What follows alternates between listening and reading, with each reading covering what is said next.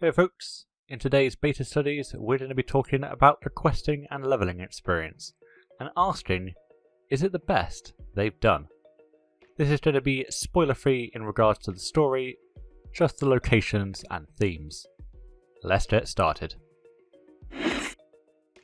Now, this isn't to do with resto druids, but if you've watched any of my challenges you'll know how much I like questing. Weird maybe, but I enjoy roleplaying the character. I enjoy a story's tone and style, and a good variety while always having an eye on a core idea, so I wanted to talk about Shadowlands' experience.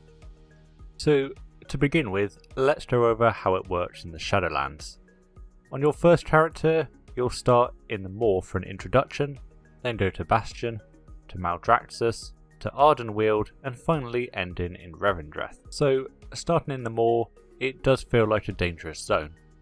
Now I levelled with template characters so the gear is more in line with how characters will be when they get from 1 to 60, rather than if you've maxed out in BFA and acquired gear. You often have other NPCs with you, so for it to feel tough does add to the danger. Some pools can be dangerous, I remember one with 3 mobs, and at this time you've lost some of your allies. The thing I believe is meant to make the zone feel dangerous is a lack of Covenant abilities. Regards to questing though, there isn't really much special. It's mainly to start the lore building, and it does it okay. There is nothing standout, likely because its focus is on transitioning from BFA to the Shadowlands, and it does feel separate from other zones is likely an intentional choice, but that doesn't stop it feeling a little disjointed at points.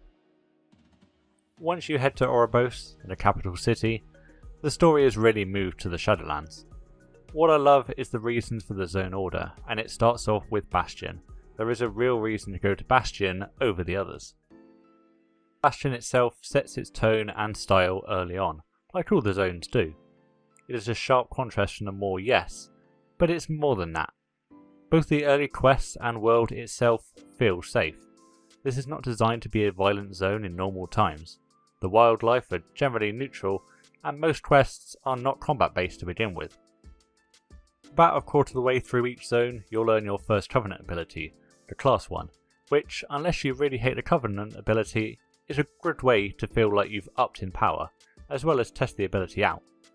Each zone really feels like you're playing a longer taster series for the Covenant as a whole. You'll gain the abilities, meet the future soulbinds, and visit the Covenant Hall, as well as experiencing their story while having a focus on the overriding expansion storyline. Bastion, I would say, has some of the best characters. They have enjoyable personalities and they really take advantage of staying with you for most of the trip. They were so good I was tempted by Bastion, and I really don't like the Covenant ability. And that is the idea, I think. Each zone tries to tempt you. The transition from Bastion to Maldraxxus makes perfect sense too, and there is no sharper contrast in zones. Maldraxxus is a warrior's war zone. Violence is everywhere, and straight away you're fighting. It also happens to be the only zone with a large flexible choice of quests for the main campaign. Each zone has side quests, but their main storyline is generally linear, but Maldraxxus does feature some choices of where to go. Overall though, I felt it was one of the weaker zones, despite this. Its characters didn't leap out to me as much. You join almost halfway through the action and need to be caught up, which isn't bad as you'll see later, but I prefer discovering the problem with the characters, such as in Bastion, rather than needed to be told. The other zones also have signature abilities built into the storyline, but that's not here. It's not a bad zone, but I hold the others in such high regard there has to be a worse. For some, they'll enjoy its style and tone, but it just wasn't for me. But perhaps with fully implemented cinematics, it will be able to pull off what it wants to a little better. The transition from Maldraxxus to Ardenweald is the weakest in my mind. I need to go through it again to know why I'm going there. Is it an Ardenweald problem? I don't think so. I'm going to come out and say Ardenweald was my favourite zone. Its tone is a sharp difference from Maldraxxus again, but while Bastion felt noble and safe, Ardenweald starts off fun and jovial. It's the sort of zone that during a normal time would be the most child friendly. The characters in my mind are the best after Bastions, with a good variety of personalities and quirks. its lore and reasons for being are sound, and overall I'd say it does everything pretty well. In many ways it is the second best at everything: characters, story, lore, quests, finale. I would say its strongest point, other than really lacking any flaws, is how the fun and joy at the start descends into the darker elements, and it hits you hard because of this. The best tranquility and beauty zone to despair since Jade Forest, I would say. Revendreth is last, and while Ardenweald is my favourite, I believe Revendreth is the best zone for the questing and levelling, likely in the history of World of Warcraft. Its lore is strong, from the reason you go there, to how you are taught it, to how it functions in the machinery of the Shadowlands. It may be another thrust in the middle of the conflict, but there is more discovery here than in Maldraxxus. Its Soulbind characters may not be the best, but there are some gems, and characters outside of the Soulbinds have a good showing of personality and differences. While its quests may not seem amazing to begin with, towards the end it gets the most interesting mechanics and quests of the 5 zones, right around when the story takes a turn. Each of the zones has a twist of some sorts, but Revendreth is likely the best, no doubt helped by its strongest aspect, a great finale. Because the narrative of the Shadowlands is in a set order, Revendreth can feel like a finale to the first half of the game. Last zones in the past, like Dread Wastes or Nagrand, never really felt like finales, but Revendreth does.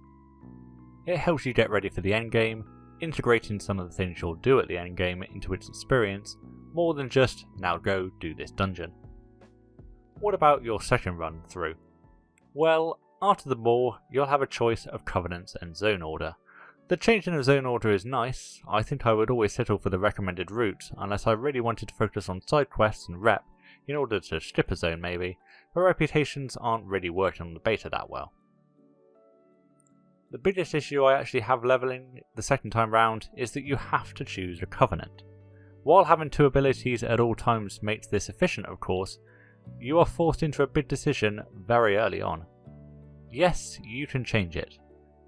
But one of the joys of the first experience is how along the way, with all the tonal shifts and style changes, each Covenant ability makes each zone feel different.